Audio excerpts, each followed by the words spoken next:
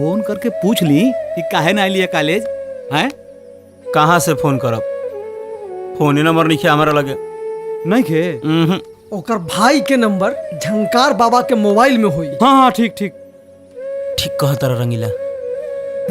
राजा बाबू तू यही जरूर लेकिन झनकार बाबू के सब पता ना चले चाहिए। अच्छा ठीक तो सब गड़बड़ हो जाये। हाँ हाँ। ए बाबा देखी केहू तोहफा दिले बा। हाँ खोल के देख ली। भगवान आज हमरा पे बड़ा खुश बा।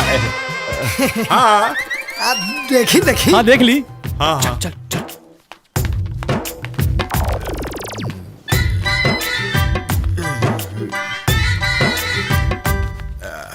वाह रे रंगीलवा साला रे।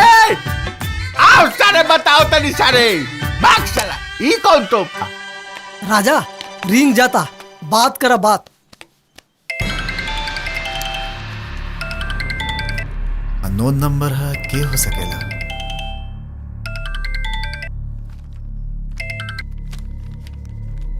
के हेलो के बोलता? आप के हैं? हाँ हम रानी बोलते नहीं, सोना के सहेली। थोड़ा सोना से बात करा दी ना। सोना ए सोना। अब ठीक बाड़ू ना? ठीक बानी। अरे हाँ तुम्हारे एगो सहेली के फोन आइल बा।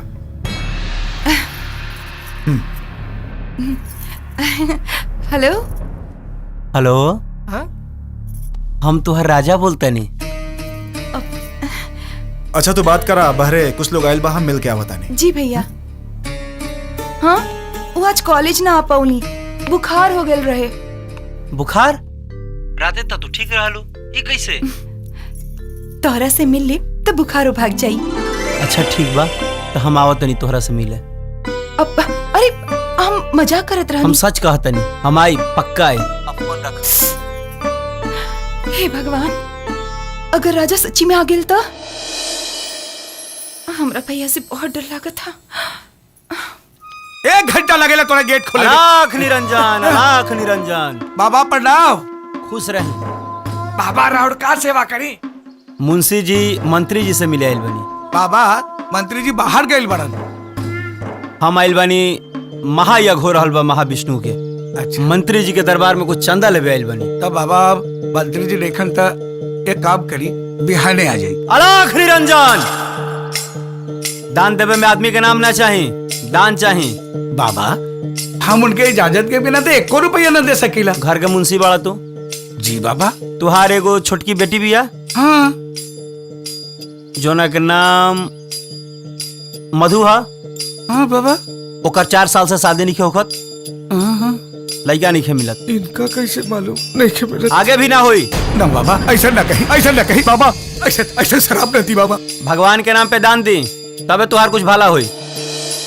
ठीक बा बाबा, जाए बाबा, बाकी बिहाने आ जाए। अलाख निरंजन। हे भगवान। मुंशी जी जी मालकिन। बाबा के लेके अंदर आई।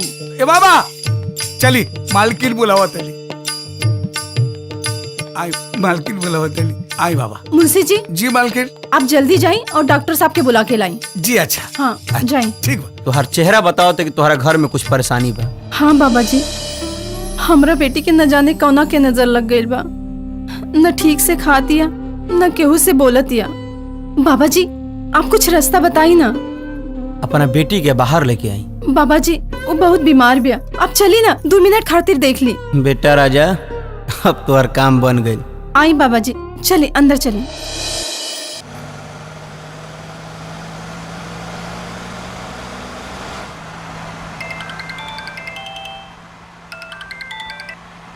हेलो के है? हम के हैं ई छोड़ा और अपन बहन के फिक्र करा। का मतलब? सोना बेटा देखा था क्या आइल बा? तहरा बहन के प्रेमी तहरा घर में बा, उहो साधु के भेष में। भागा वीरेंद्र बाबू अपन इज्जत बचा ला। सोना के हो रे तू? हम के हैं ई छोड़ा, पहले अपन इज्जत बचा ला।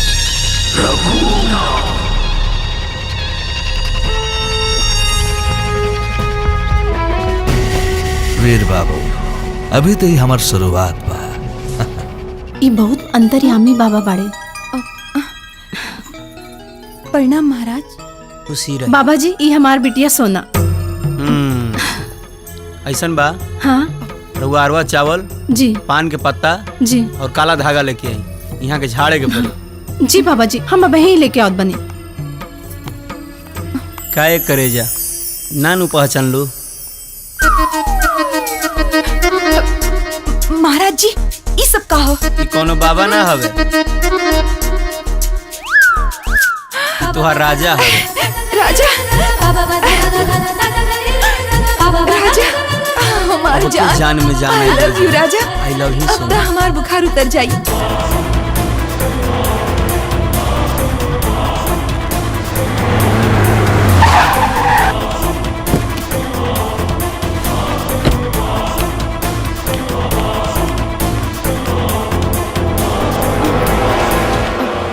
यहाँ तक के हो नहीं खे?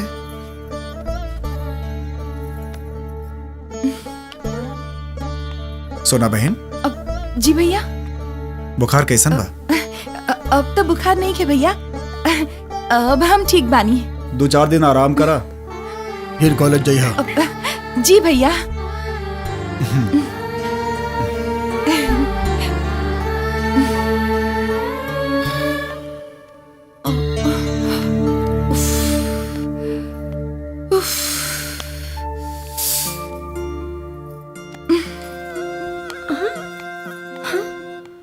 सोना, जी माई। बाबा जी कहाँ गए? बाबा जी हाँ माई उता अंतर्यामी रहलन। हाँ शायद गायब हो गईलन। गायब हो गए। अच्छा छोड़ा, अब हम सूझ जाई ना। अच्छा बेटा तू सूझ जा। हाँ सूझ जा, हाँ सूझ जा सूझ जा। पता ना बाबा रहे कि के रहे। छोड़ा।